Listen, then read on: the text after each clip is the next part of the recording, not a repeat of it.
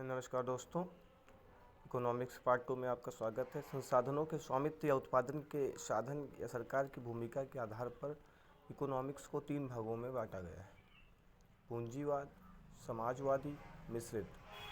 पूंजीवाद, समाजवादी और मिश्रित अर्थव्यवस्था तीनों के कॉन्सेप्ट्स बिल्कुल अलग अलग हैं। पूंजीवाद पूंजी की बात करता है, प्राइवेट सेक्टर या निजी क्षेत्र का जो स्वामित्व होता है उसकी बात करता है। समाजवाद में निजी स्वामित्व तो होता है, साथ साथ सरकारी हस्तक्षेप भी होता है। गवर्नमेंट भी काम करती है, गवर्नमेंट का अपना हस्तक्षेप होता है, गवर्नमेंट कंट्रोल करती है। मिश्रित में दोनों साथ साथ काम करते हैं, निजी क्षेत्र भी काम करता है, सरकारी क्षेत्र भी काम करता है। अन्य कई देशों में हम देख सकते हैं, कुछ देश मिश्रित अर्थव्यवस्था को फॉलो करते हैं, कुछ कैपिटलिस्ट होते हैं, कुछ सोशलिस्ट होते हैं, कुछ मिक्स इकोनॉमी बेस पे होते हैं। हमारा जो भारत है वो मिक्स इकोनॉमी को मानता है और उसी पे काम कर रहा है। जब देश आज़ाद हुआ उस समय नेहरू जी का झुकाव था कि हम समाजवाद को अपने संविधान में, अपने समाज में, अपने देश में लागू करें, लेकिन बदलती परिस्थितियों को देखते हुए उन्होंने मिक्स इकोनॉमी को अपनाया। अब हम बात करते हैं पूंजीवादी अर्थव्यवस्था में। इसके जनक कौन थे? इसके जनक थे स्कॉटलैंड के एक अर्थशास्त्री थे एडम स्मिथ। एडम स्मिथ की बुक है द वेल्थ ऑफ नेशन, 1776 में उन्होंने इस बुक को लिखा। द फादर ऑफ इकोनॉमिक्स भी कहे जाते हैं एडम स्मिथ। और उन्होंने हस्तक्षेप का सिद्धांत दिया। हस्तक्षेप का सिद्धांत का मेन जो कंक्लूजन है कि किसी भी गवर्नमेंट बॉडी के द्वारा प्राइवेट सेक्टर को कोई भी किसी भी प्रकार का रूल्स एंड रेगुलेशंस फॉलो नहीं कराए जाएंगे।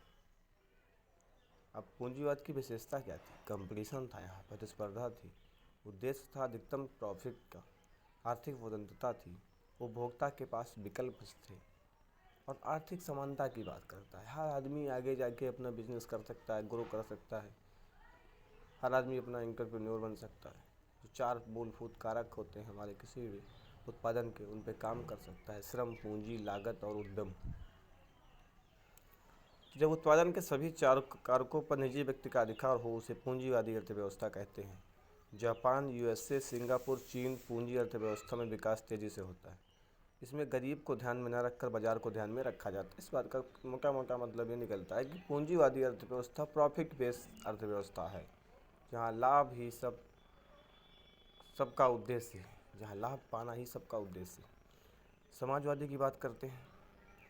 समाजवादी के प्रस्तुतकर्ता हैं जर्मन दार्शनिक कार्ल मार्क्स। इनकी पुस्तक दास कैपिटल, इन्होंने इसको प्रयोग किया। सोवियत संघ और चीन जैसे देशों ने इसको प्रयोग किया समाजवादी अर्थव्यवस्था, और ये भी अच्छा ग्रो कर गए। इन्होंने भी अच्छा काम किया, इनकी भी इकोनॉमी आज भारत विश्व में एक अच्छे स्तर पर पहुंची।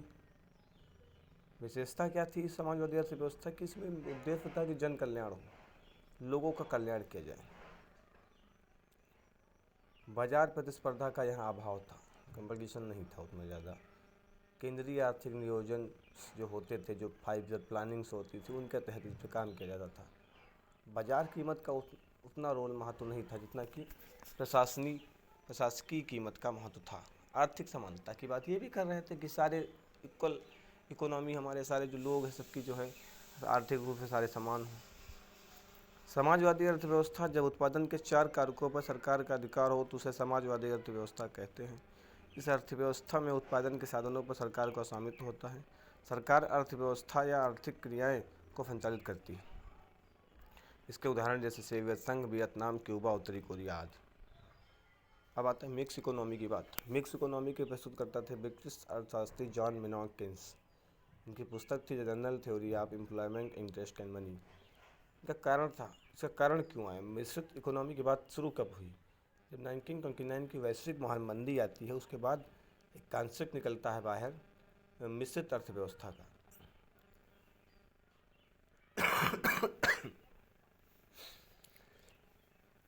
इसकी विशेषता थी, उद्देश्य था जन कल्याण, कल्याणकारी राज्य, आर्थिक नियोजन और सामाजिक न्याय।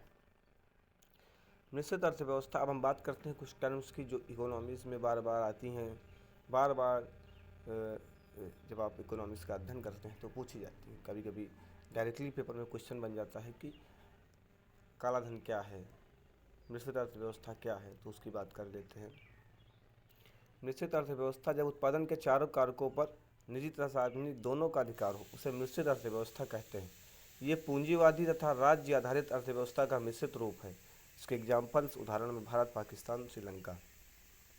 द्वैध अर्थव्यवस्था क्या होती है? वैसी अर्थव्यवस्था जिसमें परंपरागत तथा आधुनिक विधियों का प्रयोग हो उसे द्वैध अर्थव्यवस्था कहते हैं, जैसे इंडिया। समांतर अर्थव्यवस्था, काला धन अत्यधिक बढ़ जाने को समांतर अर्थव्यवस्था कहते हैं। इसमें मौद्रिक नीतियाँ कम प्रभावी होती हैं। अब काला धन क्या होता है? काला धन का सिंपल सा मतलब वो धन जिस पर टैक्स नहीं दिया जाता है उसे काला धन कहते हैं।